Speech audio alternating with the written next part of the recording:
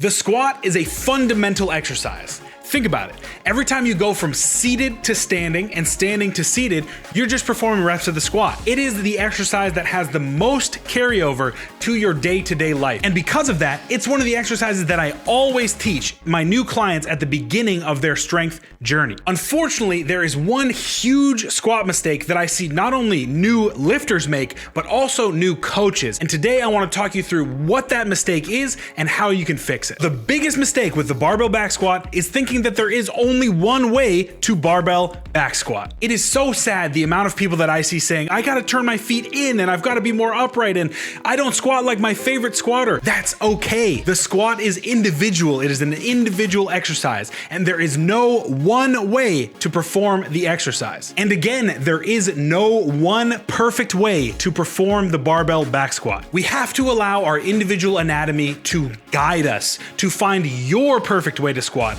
rather than thinking that there is a universal perfect way to squat. Some of the best strength athletes in the world squat with a low bar position, meaning the bar is lower down on their back and they're more hinged forward so they can emphasize the hips and the glutes. However, one of the, if not the best squatter in the entire world, John Hack, uses a high bar squatting position because it works better for him. I hated the squat when I first started learning it because I was being forced to squat in tight with a high bar position, super upright, and my hips just weren't allowing me to hit depth. It was causing me pain, and I just thought that the squat wasn't an exercise for me. Next thing you know, I widened my stance, adopted a more low bar position, started to hinge forward a little bit more, and my squat felt incredible because it was working towards my anatomy. The approach that I normally take with my athletes is first to do a couple bodyweight squats to see if they have a proclivity to lean forward to hit depth or if they're able to maintain an upright back position. I also want to see what their natural foot position is. Do they naturally take a shoulder width stance or do they go a little bit wider? Why would I, as a coach, try to fit my clients into a little box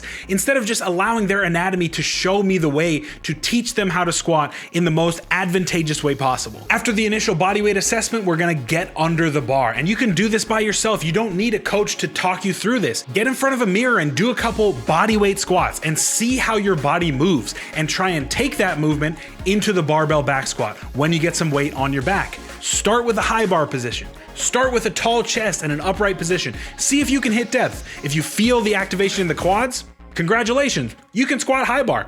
Maybe a little bit down the road, you experiment with low bar, but for now, you're getting what you need out of the exercise, so there's no real reason to change it. However, if your initial squat experiment feels very similar to mine and everything feels wrong, then now it is time to start experimenting. Move the feet first because they are the base of the squat.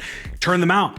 Turn them in, widen them, bring them closer. See if you can find a foot position that allows you to create the most stable base so that you can squat more effectively. After we adjust the feet, usually we're going to adjust the angle of our torso. We're going to try a low bar position if we've been trying a high bar position or vice versa. And we're going to see if that is going to put us in a more advantageous position. Do not overanalyze this. A lot of people can get stuck spinning their wheels and never really squat because they're worried that something is not 90 degrees this way and 15 degrees that way. Just find a position that feels comfortable to you, first and foremost, that you are able to perform a rep to appropriate depth, whether that's competition depth or a depth where you can feel the muscle working, and then squat.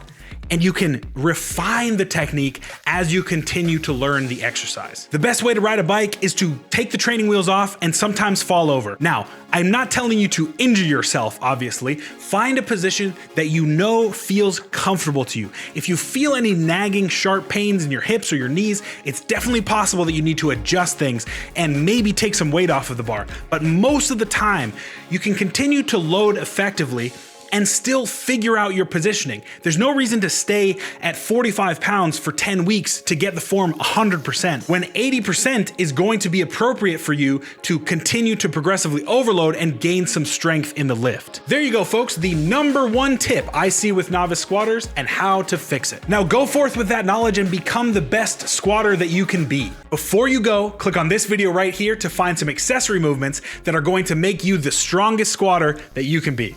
Get strong and stay strong. See you in the next one.